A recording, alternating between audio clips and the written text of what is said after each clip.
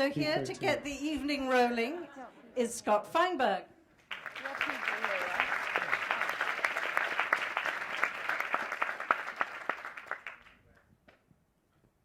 Hello. Yep. Thank you very much for being here. It is a real treat for me to be able to moderate this evening's event.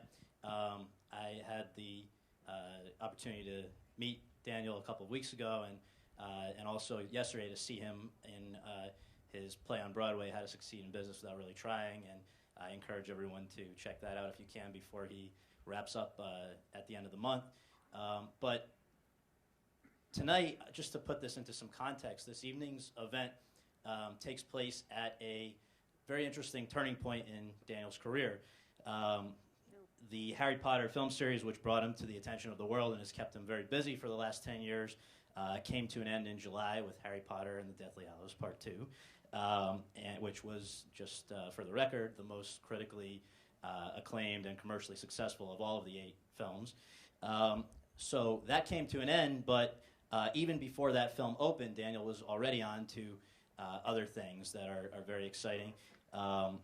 Throughout the Harry Potter run, somehow he found time to make other movies, to appear on TV, and to do a number of very impressive theatrical productions, including Equus on Broadway in 2007, and again, starting prior to the end of the Harry Potter series in How to Succeed in Business Without Really Trying. So, and earning rave reviews for that, I should note, and productions, many Tony nominations as well. So the first portion of our evening, though, is going to look back on the first chapter of Daniel's career, which the way we all got to know him, of course, was through Harry Potter. So what I would like to do is invite you to join us in taking a look back at the past 10 years of Daniel Radcliffe as Harry Potter.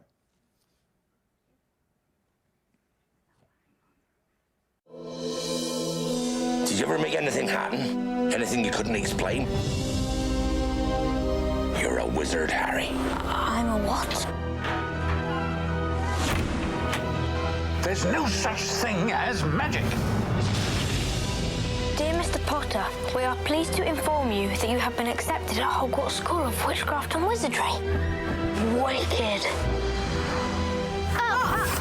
Wow. Do you know what is hidden in the school at this very moment? The Philosopher's Stone. He's rather disagreeable, isn't he? Harry! The Chamber of Secrets has indeed been opened. Terrible things are about to happen. Mr. Potter will always be around to save the day. Don't worry. I will be. Take it away!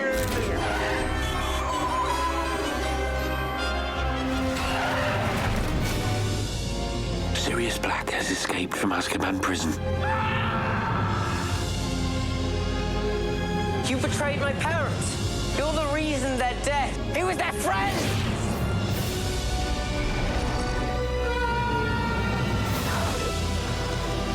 Only one would die tonight. Expecto Patronum!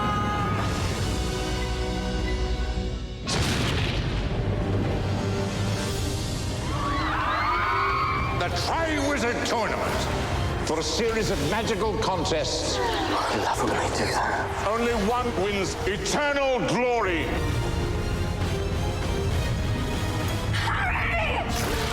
People die in this tournament. Who are you? What do you want? The Dark Lord shall rise again. Things have changed.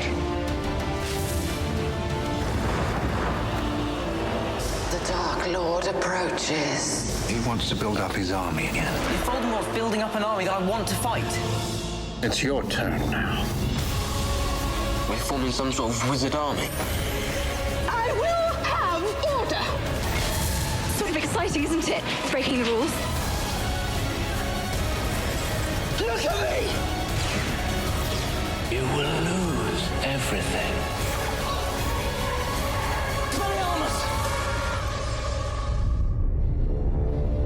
Once again, I must ask too much of you, Harry. All Voldemort has chosen Draco Malfoy for a mission. In my life, I've seen things that are truly horrific. Now I know you'll see worse.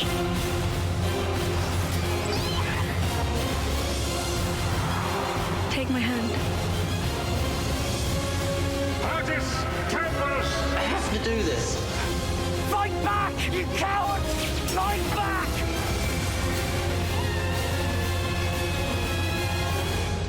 It's over. These are dark times, there is no denying. Our world has faced no greater threat than it does today. I have seen your heart, and it is mine. He's after you, Mr. Potter. Tell me where he is. You really don't stand a chance. I got him! Help me!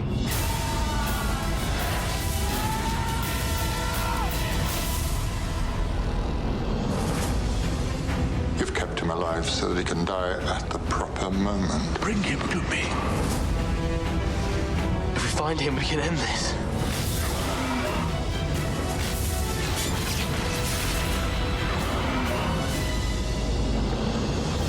Harry Potter, The boy who lived. Come to die. You'll stay with me. Always. Until the end. Let's finish this the way we started it. Together!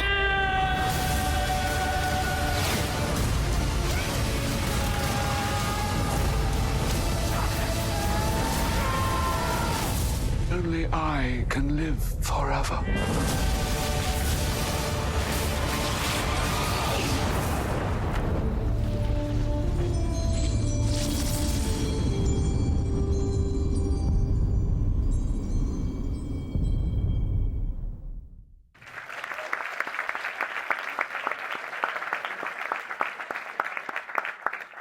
For a long time, people have referred to Daniel Radcliffe as one of Britain's great young actors. I think tonight it's fitting to welcome him as one of the world's great actors. Please welcome Daniel Radcliffe.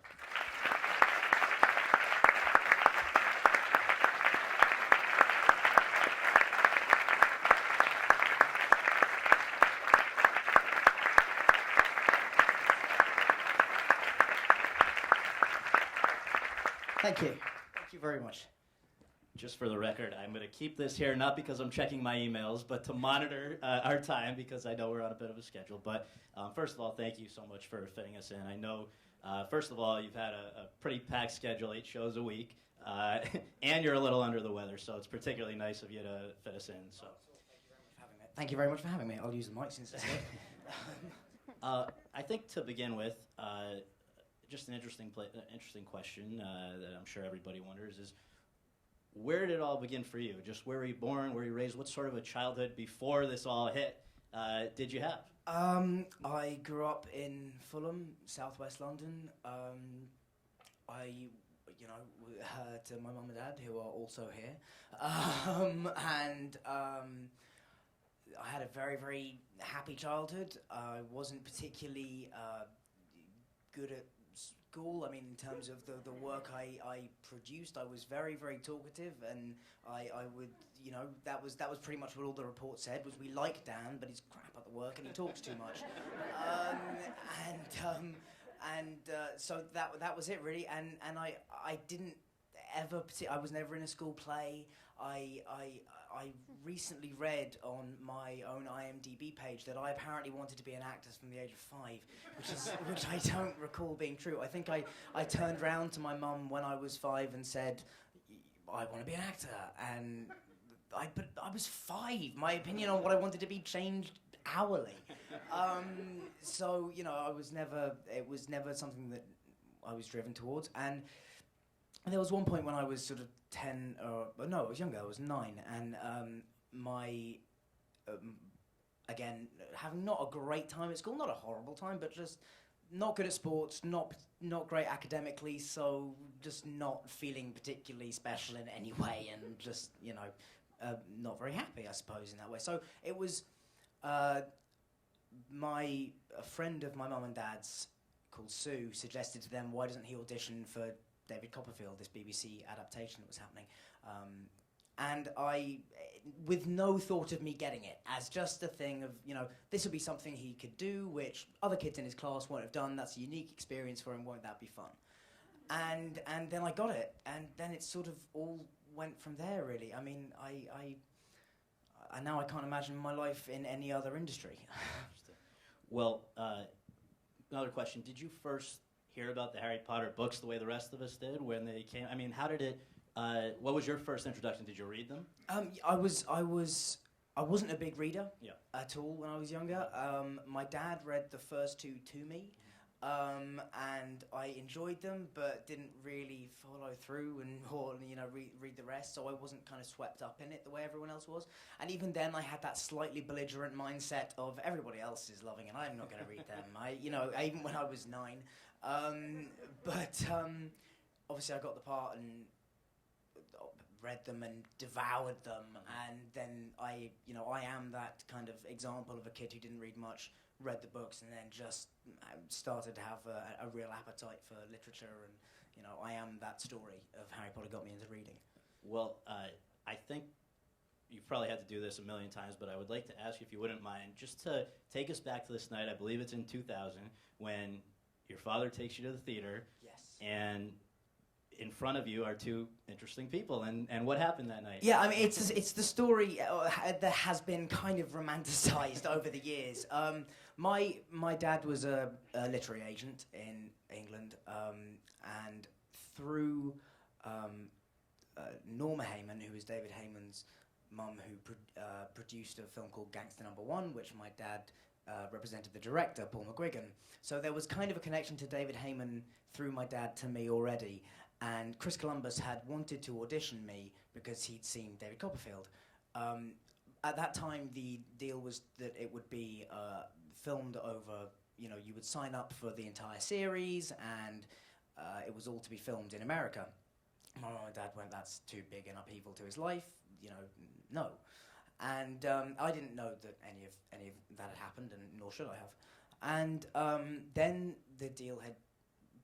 Then we had the night in the theatre where we went to see a play called Stoned in His Pockets, and there were these two men sitting in the row in front, and one of them was continually looking back over his shoulder at me, and I had no idea why. And it turns out I later found that was David Heyman and Steve Clovis, the screenwriter, who had come to the theatre that evening. I don't believe in fate, but very fortunately my parents do. So they sort of saw that as maybe being a sign that they should at least let me audition. And I'm feeling like I'm kind of talking myself into believing in fate now that I'm telling you that story out loud. But yeah, it was, and then I had my first audition, and I came to the process very late. I think Emma and Rupert had both had about 6 or 7 auditions by the time I came into it. I only had, I think, 3 near the end, because I think I auditioned for the first time in maybe late June, and they started filming in September, so it was a matter of desperation.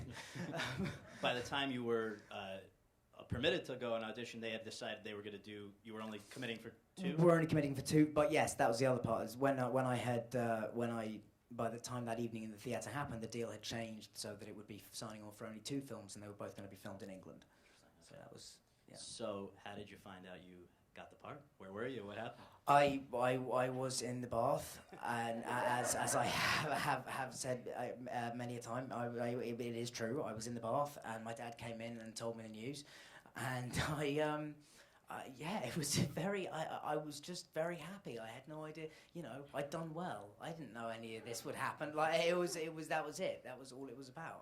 I was really pleased. Oh, I must have done well in those auditions. Then that's good. And that was that. And my reward and the thing I requested that night was then, well, does that mean I can stay up half an hour later so I can watch the post-Watershed version of Fawlty Towers. Not that there was anything different from the pre-Watershed version. It just started at 9, and that was exciting. So as the process began to move along, J.K. Rowling at one point said, quote, "I don't think Chris Columbus could have found a better Harry." How important was it to you to have her blessing and endorsement like that? Well, very. I mean, it's her character. I always, when I hear actors say things like, "I don't know about, if my character would do that," and things, I always think, when did it become your character? You didn't write that. So that, I mean, I've always felt, it's her character, and I have always felt a duty to her, and whenever she tells you that you're doing well, and that she sees the film and she thinks, and she comments on a specific moment or something, it was always very, very gratifying to know that we had her support. But she was always so supportive of the series and all of us, and also very, she knows how good the books are, and she knows that nothing the films could do could ever debase that in any way. So she's I think very comfortable with the idea of films being made, and has always been very supportive, and will be there as much as we want her to be there. But she doesn't feel like a presence on set. She only came out for a few visits. It wasn't like the author standing over the director making sure everything's okay. It was nothing like that. She was always just very, very excited by the series, I think. So the first film is completed and comes out, and is this tremendous hit, which I think people, knew that it had a built-in fan base, but it really exceeded even the greatest expectations that there were at that time. For you, what was the experience like of seeing the first film for the first time, and what did you make? How did things change once everyone else saw that film? It didn't change a huge amount for me immediately. I remember feeling very, very proud. I think the first one was the first and the last ones were the only times I've cried watching the film, because I was very, very proud the first time, and the last time as well was a very emotional moment. But we were straight back into work. I mean, we had started filming the second film before the first film had come out. I mean, I don't know if there may have been a month in between, and we started doing what was euphemistically called pre-shooting, which was just 2 months of regular production but under another name. We shot the whole flying car sequence during that time. Then halfway through that came over for the premiere of the first film. Then went back to it. It was straight.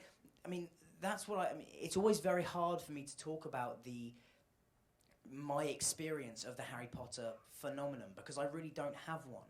My experience of it is of the work and of what was my day-to-day life. But when you're surrounded by it and you're just doing the work all the time, you don't really ever sit back and see, what an expansive, global phenomenon it really is. It's sort of a case of not being able to see the wood for the trees. I mean, you when you're in that environment every day, it just becomes such a routine, and never one that you got bored of, or it was always very exciting. But people would expect, I think, that I would have a real take on the phenomenon, but I don't, because I really have, my experience of it is a very, very personal one. I guess on a personal level for you, though, at some point you had to realize that you no longer walked out of your house to nobody knowing who you were, very few people, and I guess I wonder, when was the first time you realized that you were now a very famous person, and how did you deal with that? It's got to be a jarring change. I suppose the moment that it is kind of rammed home to you is the first premiere. When you get out of the car and you are hit by it is a wall of noise, and it's something that you never get used to. It's still very intimidating, yeah, I suppose that was the moment that you go, oh, I guess people are going to be interested in me from now on, and yeah, I mean, it's not something you particularly get used to.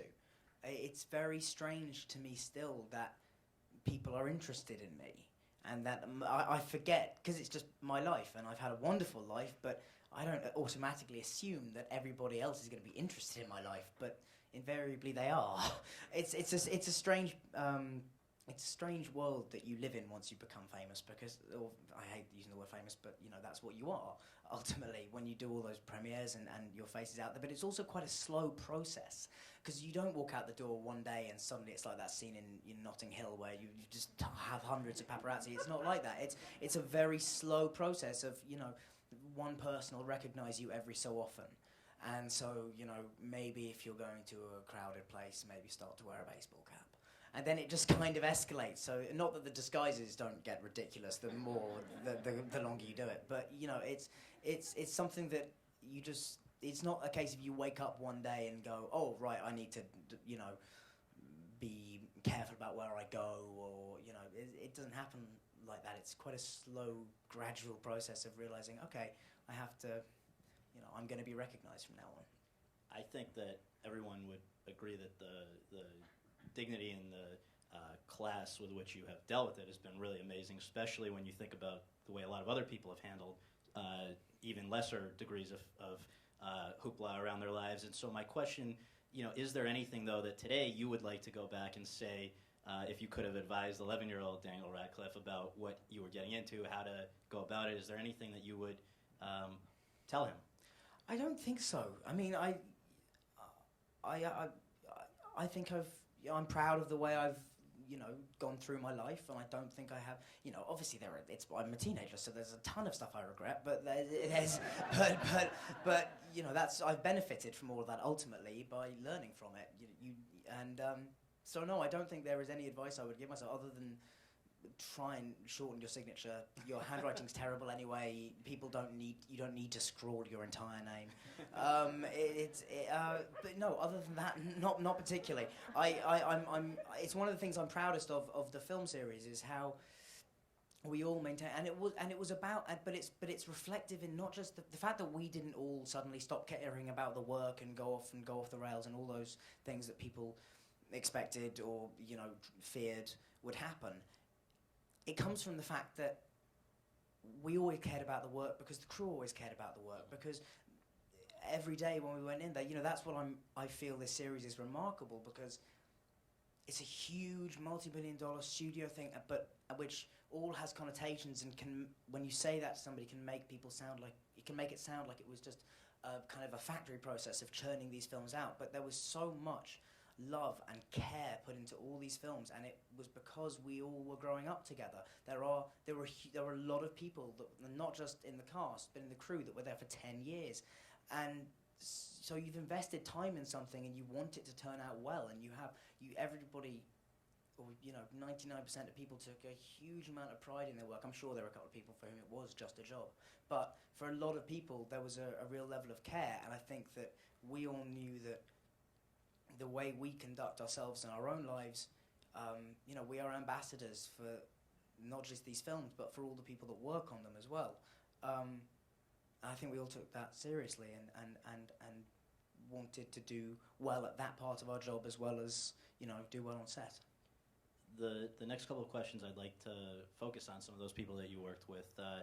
I think the only two people in the world who can kind of maybe somewhat or largely understand the personal and the professional journey that you've had to go on would be, of course, Emma and Rupert.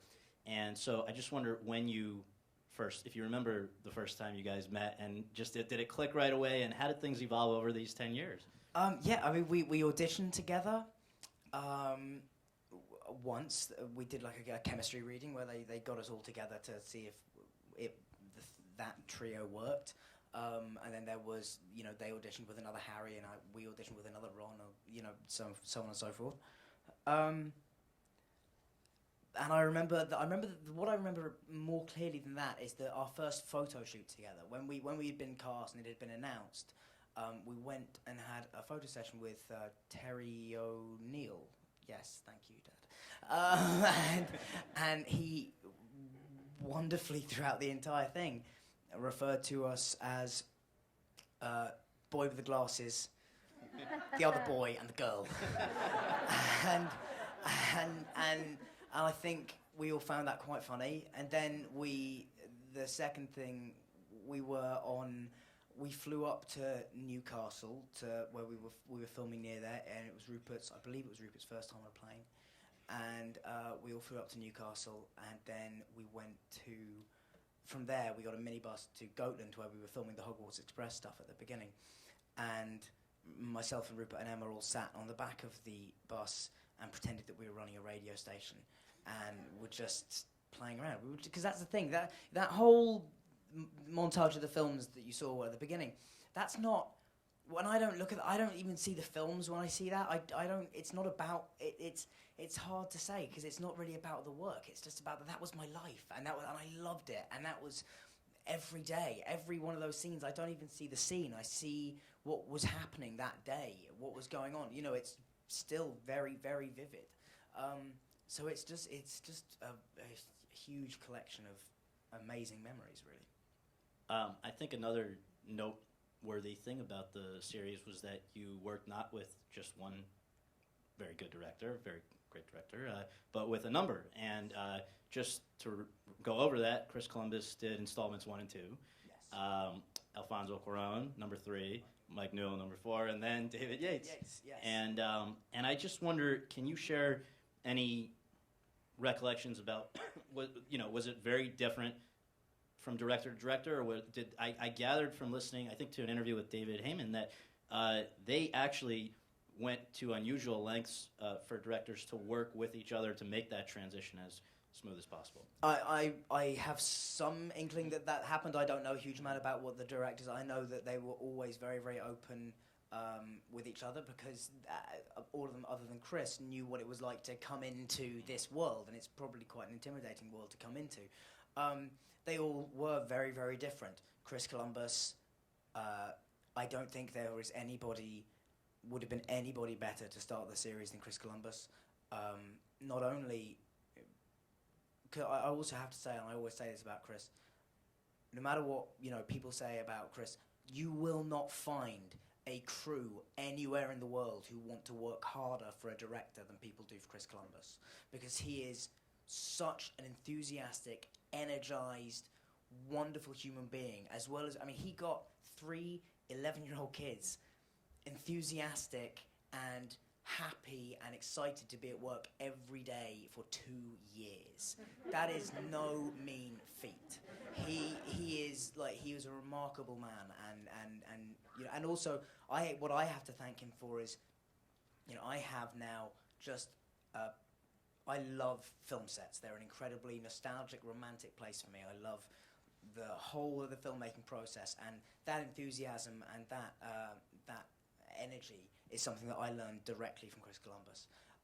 Alfonso is an incredible director, and I think it was the moment in all of our lives where we'd had those first 2 films and we felt suddenly more comfortable on a film set, and Alfonso suddenly showed us that we could be actors as well, and that we were ready to make that transition at that point, which we weren't ready to before. And working with Gary Oldman on that film was also hugely influential on me.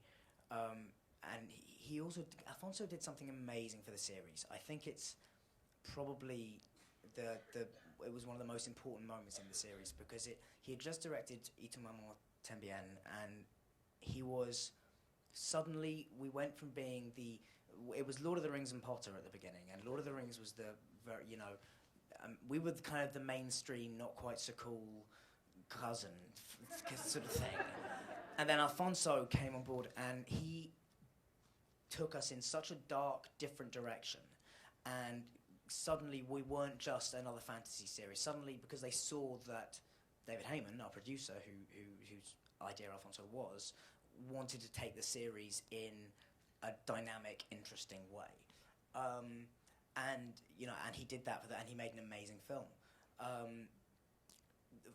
Book number 4 is huge and bombastic, and if anybody here knows Mike Newell, you will know that he is the perfect man to direct that film. He is larger than life. He is Toad Hall, and he is a fantastically funny, bawdy, super smart. And did a wonderful job on that film. And then David Yates, whose contribution cannot be understated. As I said, Chris Columbus is the man with the highest energy on the planet, and he could only do 2 of these. David Yates has done 4, And that is, that's a huge commitment. And the thing I always say about David is that it's like he can see the entire arc of the series in one frame in front of him. He's an amazing storyteller and amazing at, particularly with finding details in the story to bring out, to highlight. I mean, he's a really, really good storyteller and again, a wonderful human being. I've had the fortune to work with a lot of very, very good human beings, as well as being great directors. Which leads into the last personnel question, which is that I think, unlike virtually any other film franchise that has ever existed, the rotating cast that joined you guys is unbelievable. And I just want to share a few names and then ask you to, pick a few if you can chime in on. But these people appeared in at least one of the Harry Potter films. Kenneth Branagh, Jim Broadbent, Helena Bonham Carter, Ralph Fiennes, Michael Gambon, Brendan Gleeson, Richard Griffiths, the late Richard Harris, Gary Oldman, Alan Rickman, Maggie Smith, Timothy Spall, David Thewlis, Emma Thompson, Julie Walters, and the list goes on. I imagine that made the process not only more exciting, but a lot more beneficial for you as an actor, right? It was amazing. I mean, we were suddenly wanting to be actors and suddenly surrounded by the most amazing talents. I mean, the thing I think that sums up Potter is David Bradley, who plays Filch, who is one of the greatest stage actors of his generation, who played Henry IV 3-4 years ago, and he does enough. I mean, he's brilliant as Filch, but it's a small part. That's the quality for all the way through. I mean, even the smallest parts are generally filled by the most incredible actors, and we were surrounded by that, so we were incredibly lucky. I mean, I think the people who were the biggest influences on me were Gary Oldman, because he's fearless, and I loved working with him. I feel that just by being in the same room as him, the quality of my work was elevated immeasurably. Some actors have that effect on you. John Hurt is another person who has that effect, where you don't even feel like you have to. It's easy. You don't have to do anything. The performance comes out of you, and it's drawn out by that other person. Imelda Staunton is an amazing woman, as well as being an incredible actress. It is just an embarrassment of riches. We have. I mean, I think the only people. Judi Dench never, and Helen Mirren never. But but other than that, I think we collected pretty much the whole set. And Ian McKellen couldn't, because he was Lord of the Rings. Right. I just have to say, I was trying to think, has there ever been anything... On a very quick side note, Richard Harris used to always joke that the hat he wore as Dumbledore kept slipping off his head, and he said, it was probably made for Ian McKellen.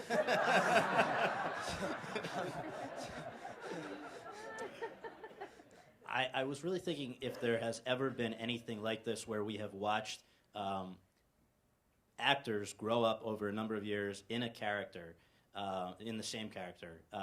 The only thing that I could even think of that's somewhat similar was the Andy Hardy films with Mickey Rooney in the 30s and the 40s, but it was not anywhere near the scope and scale of this stuff. The only other thing that I had presented to me was the Antoine Doinel films, the Truffaut series of films. That is the only other time that you see one actor go from over that many years. It's kind of amazing to be in that company. Well, I just wonder then, since you're more than half of your life, approximately half of your life is documented here on the screen in this character, do you have, when you look back at it, which you're very busy, I don't know if you have time to do that, but if and when you do, what occurs to you? I'm not that masochistic. I was gonna say. Yeah. But even just watching this montage, which I know you're able to see a little bit of, I know you said it brings you back to the day that you shot it and all of that, but as if you step back and think about the big picture, this is, a large chunk of your life. What do you make of it? I feel incredibly lucky. I mean, I maintain there is no more fun place for a 12-year-old to be than a film set. I mean, it is the world's biggest toy box, and I was in a very, very white, very kind of upper class, what we would call middle class, but you would call upper class in America. I've learned there's a big difference. And school in London, and very privileged, and you know, in those kind of schools, everyone's kind of the same, and suddenly I was taken out of that and put into an environment with 1,000 different people from 1,000 different backgrounds, and I think it broadened my worldview immensely, and I met people there who still, you know, continue to define the person that I've become, and I just look back at it with a huge amount of pride and love, and you know, I'm, you know, don't get me wrong, I'm 10 years was enough. By the time we got to the end of that process, I was ready to move on and do other things. But I will never look back on the films with anything but tremendous happiness, and it was an amazing time in my life, and it will forever be amazing. I wrote on the card I wrote to everyone on the crew had a quote on it, which could kind of summed up the feeling, which was, I have enough memories as if I had lived for 1,000 years, and it's true. You know, I loved every second, and all the people I got to work with. It's mind blowing how lucky I have been. One last Harry Potter question before we move on to the amazing other things that you've done, and this question is to do with the fact that you guys really went out on a high with this last one. Yes. I want to. You know, aside from the fact it got the best reviews, made the most money of all of them, it was successful by every measure. But you said an interesting thing to at least one interviewer that I came across while preparing for this. Quote, I think it, referring to Deathly Hallows Part 2, is just light years ahead of any of the others in terms of filmmaking, in terms of acting. It's like the emotional range of Shakespeare with the action and blood of Tarantino. Yeah. Yeah. And I just wonder if you can expand on, you know, this final film, which is really still being celebrated now as things come to a close. It is, and I was so proud of the last film, and I haven't been pleased with all of them particularly. I mean, I've been very and openly critical of my performance in the sixth film. I hated it. You know, I'm a very harsh critic of these films, but I was so pleased with how the last one came out. I found it hard to believe that we made it at the same time as making part one, because it's so far ahead of even of that. I couldn't have been more pleased with it. Part 7. But sorry. You said same time as part 7? 7, part 1. Oh, part 1. Yeah, sorry. I'm yes. sorry. Yeah, I don't know. Some people call it 8. Some people call it. I don't know. We filmed it all in one go. Yeah. I mean, It was the one that I really felt like I got somewhere close to where I wanted to be with it. So I was pleased that so many other people felt the same way about the film, and it's very hard to. And I know that there were a lot of very cynical people when the decision was announced that they would be splitting the book up into 2 films. A lot of people said, "Oh, well, that's to, you know, make more money," and you just think, well, if you, all the people that made that criticism, I wanted to say, okay, well, you adapt it then into one 120-page script, if you feel you can. I mean, taking that time in the first film to, you know, really set up the story meant that when we got into 7, because it's an action film, but David is having to tie up all these loose ends at the same time. It meant, splitting the film meant that when we got to that last part, we could just go at 100 miles an hour the whole time. And I was thrilled with how it came out. I didn't know what I was going to feel. I was so nervous going to say it. I was just terrified, because then this is it.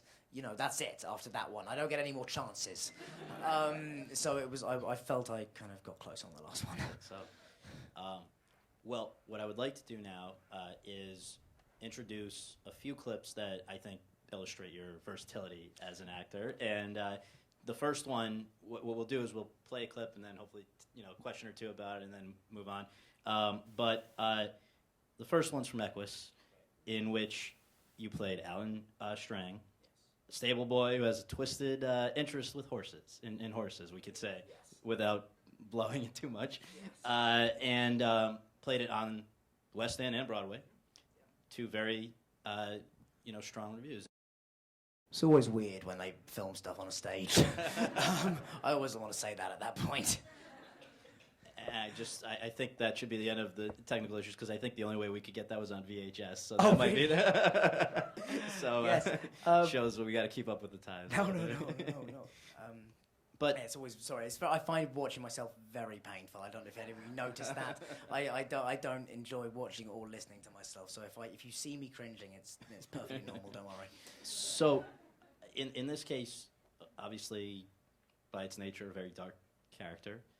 Also, as nobody lets you forget, a scene of nudity in the film. And I just wonder, was that part of any sort of a conscious effort to show that you could be very different than Harry Potter, that you were not just sort of the innocent guy there? Well, I think it was a few things. Mainly, any 17-year-old actor who gets offered the chance to play Alan Strang in Equus on the West End, directed by Thea Sharrock, with opposite Richard Griffiths, that's, I mean, I don't know what kind of career plan doesn't have that in it. So there's that, and there was, I think I wanted to do stage, and I know I wanted to do, and I had known for a while that I wanted to do stage, and I knew that if I did something even remotely kind of easy, then people were going to be very dismissive of it, and as one would expect. So I wanted to do something that I showed was serious, and wanted to do interesting work, and wanted to, I wasn't afraid to take risks, which I feel like I can't work unless I've got there's a little bit of fear in the back of my head saying you can't do this, or this is or if I'm not worrying about something, or if it's not challenging, then I can't find the sort of the fight in me to do it. And that was the same with Equus. It was a huge challenge. It was something that I was very uncertain of whether I'd be able to do, and it required learning a lot of new disciplines in terms of stage technique and projection, but it was great, and I learned a huge amount, and I still think that the most fulfilled I've ever felt as an actor was when I did Equus on Broadway over here. It was an amazing experience, and working with Richard Griffiths every night, seeing how he continually refines things, and how his technique is entirely based on listening. That's all he does. He just listens, and he's the best listening actor I've come across so far. I guess now you've been doing it for quite a while between Equus and How to Succeed. You've been, the 8 performances a week type thing, just the grind of it. Was it something that took getting used to at first? I mean, it's quite different. Maybe you can share the differences between film acting and theater acting, the biggest differences that stood out to you. I mean, I have never, I don't think there is a huge amount of difference in what you have to do on film and on stage. It's still just about listening and being as real as you can, and just trying to have an effect on the other actor. So I don't think there's, and I think when you're in a theatre space, naturally you just learn to fill it. I don't know how that happens exactly, but you do. In terms of the differences, I feel like, because, well, first of all, when I started doing 8 shows a week, yes, it is a shock to the system. It takes a bit of getting used to, but also I love a challenge. I love having that thing of not wanting to miss a show. That's my big thing. I was gonna say. I have so far, touch wood, I have perfect record on Equus and here so far. So I'm desperate to maintain it. And so stuff, so stuff like that is very important to me, and I like the challenge of it. I like, there's nothing. It's very rare as an actor that you really feel you earned your pay. So it's on days like doing an 8 show week in theatre, you really do feel like you're earning your money. Well, I guess that's as good a transition as any to How to Succeed in Business Without Really Trying, in which you are currently appearing at the Al Hirschfeld Theater until just a few more weeks. Yeah, January 1st is my last show, so it'll be a lot of very hungover people saying goodbye to me. I have to say, I was absolutely blown away. As I said, I saw it yesterday, and you mentioned to me, and I'm not surprised you said it was you guys were on, because people were, really blown away yesterday. And I was particularly blown away by the fact that you have to be in unbelievable physical shape to do what you're doing. I mean, you're sweating, you're working that hard there. So please, how did that come about, and what was the big draw for you? I mean, that came about during Equus. When I was in preview, Craig Zaden and Neil Merrin, who are the producers of How to Succeed, came back and said, so at the beginning of Equus, I sang very aggressively 3 commercial jingles, and I think it was in fact, I think by the time we got here, it was the Milky Bar was the only one I actually did. And so I sang the Milky Bar theme, and they came back and said, so you can sing? And I went, well, I can sing the Milky Bar theme. But they for some reason saw enough in that, and they said, well, we really want to do a musical with you. How would you feel about the idea of that? So I've been taking singing lessons for a while anyway, because I loved them. Dance is not something I've ever done. I never thought I would be good at doing, so I never tried. And the wonderful thing about my job is that it makes me do things that I wouldn't do otherwise. And so Rob Ashford, the director, who I met with through Craig and Neil, and he said, we discussed the idea of doing this show, and he said, I want you to be a triple threat. And I said, well, singing, I'm having lessons. Acting should, to an extent, take care of itself. But you will not get me to dance. That won't happen. Just please expunge any thought of making that happen from your mind. And he said, well, we've got a year, so let's see what we can do in that time. And so I started taking dance lessons, and I would do 3 hours on the weekend when we weren't doing Potter, and then when Potter finished, we sort of tripled the dosage, so we would do 9 hours a week of dance and 6 hours of singing, and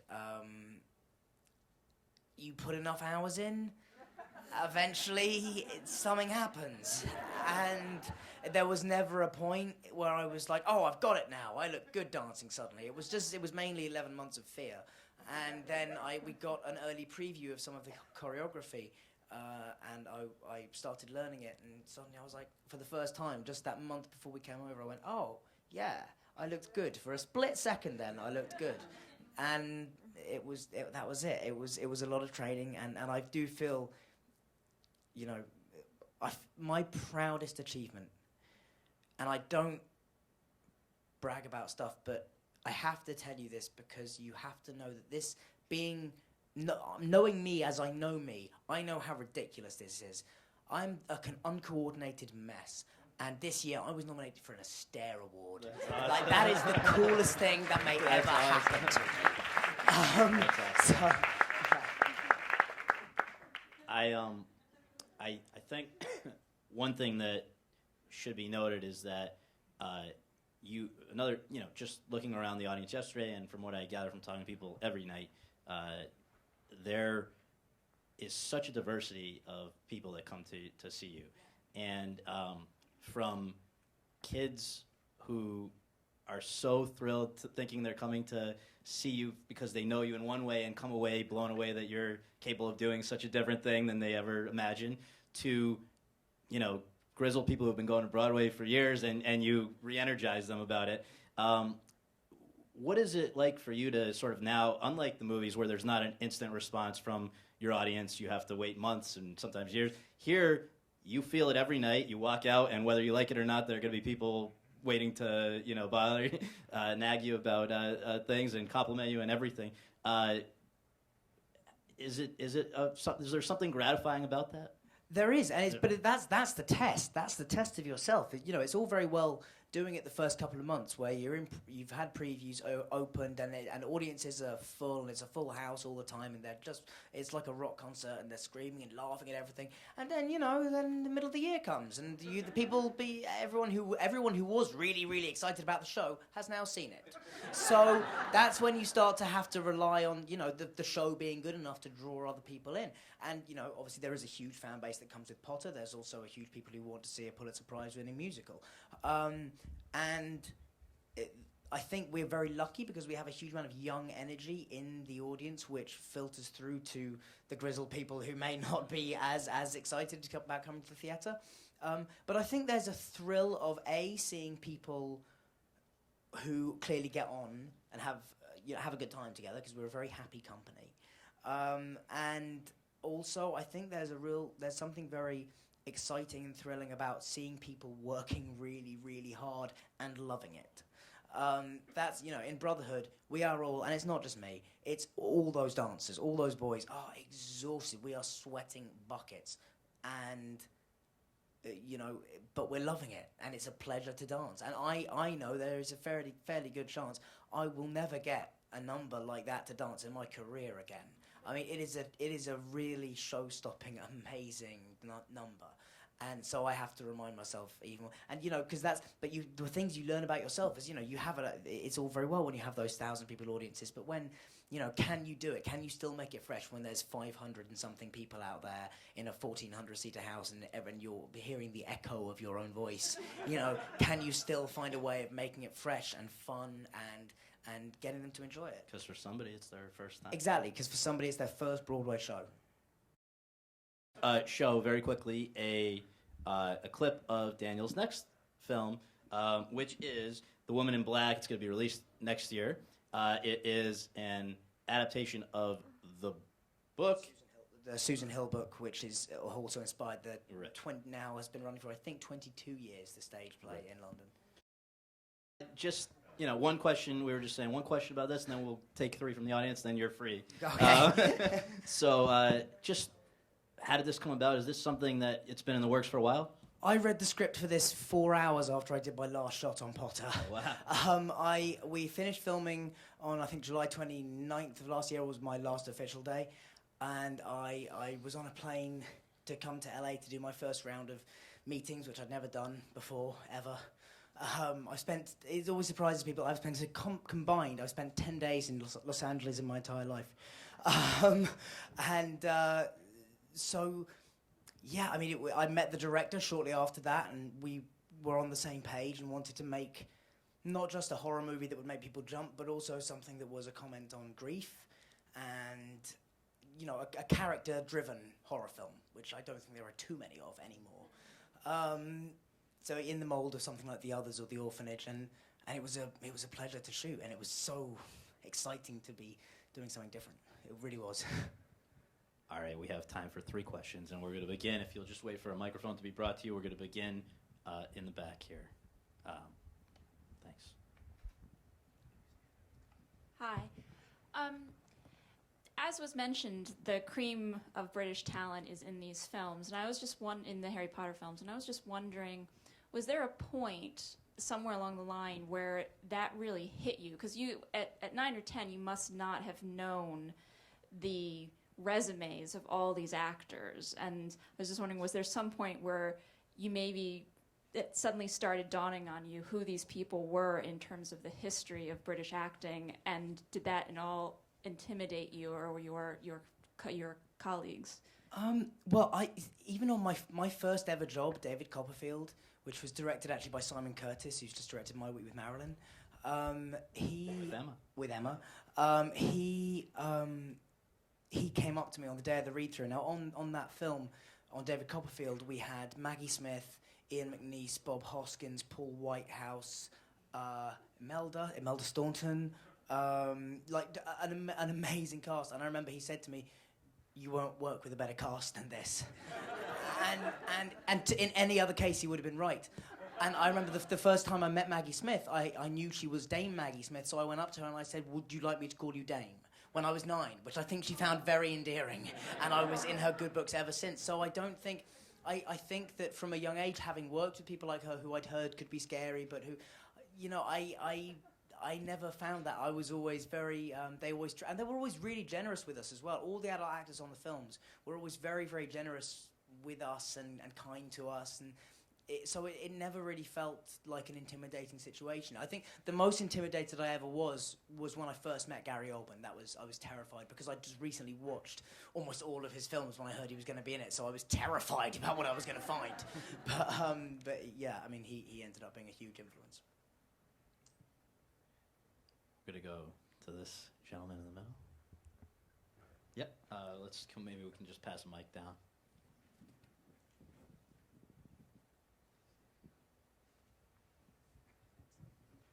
Hi, Dan. So you talked a lot about trying to find things that were really challenging throughout your career, and obviously working really hard to achieve those, which I think is a great characteristic.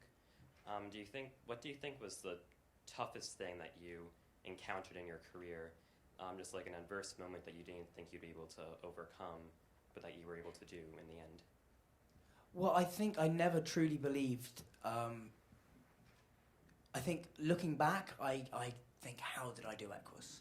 How at 17 did I have the confidence to do that? And the truth is that I really didn't at the time. But I think a lot of the time, acting is just about staving off self-doubt and self-analysis for long enough for you to be natural.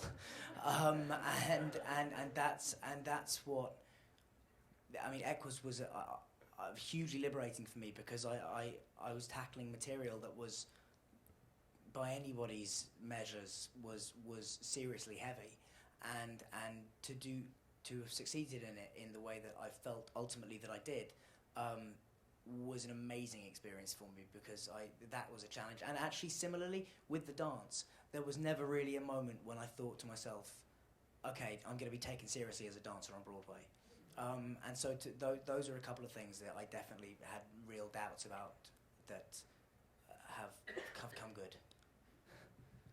I would like our last question to come from one of our young people here, and I see one right up. There are two hands up. Oh, okay. Yeah, we can probably do. We can squeeze both. Sure. That's fine. Why not? Okay, so I know you were 10 or 11 when you started doing all the Harry Potter stuff. So was it hard, or did you ever get to do any of that like little kid stuff where you got to like go to do book clubs and play sports teams and go to the movies with your Nobody friends? wanted me on their sports team.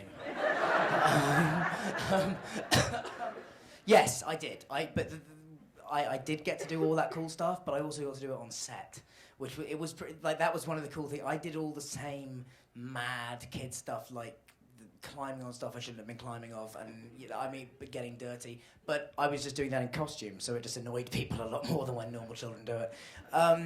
It was, I don't think I missed out on anything. I just had a different experience of it. So while a lot of my peers, had a great time going to school, I had a great time, and I was still socializing and meeting, and I was still with young people a lot of the time, and people of my own age, so I didn't feel cut off from it in any way. But yeah, I don't feel like I missed out on too much, but I could still always, I can still do that stuff now. I don't think that'll look weird. And this young lady, yep. Hi, big fan. I was just wondering, what was one of your favorite scenes in the Harry Potter films? To film or to watch? To film and to watch. To film and to watch. Okay. No. To film, the underwater sequence in the fourth film was pretty cool, just because I'll never do anything like that again. I was underwater for a total of 41 hours across a period of 5 weeks. I think the sequence runs in total at about between 3 or 4 minutes, and we averaged 8 seconds of footage a day. So it was a very painstaking process, and it was like I will never film that way again. And it is like when you film underwater for that long, it is just a submerged film crew, lights, flags, stands. It's a really cool experience. To watch, my favourite sequence, I think, in all of the films is when Hogwarts starts coming to life in the last movie. I find that incredibly moving and really stirring. There's something about when those knights drop down. Just that, even now, that will get me, of all people, just like full of pride somehow. It's So that would probably be my favourite sequence to watch. Well, I don't think we can thank you enough for making the time to do this. It's been great. Thank you very, very much for having me.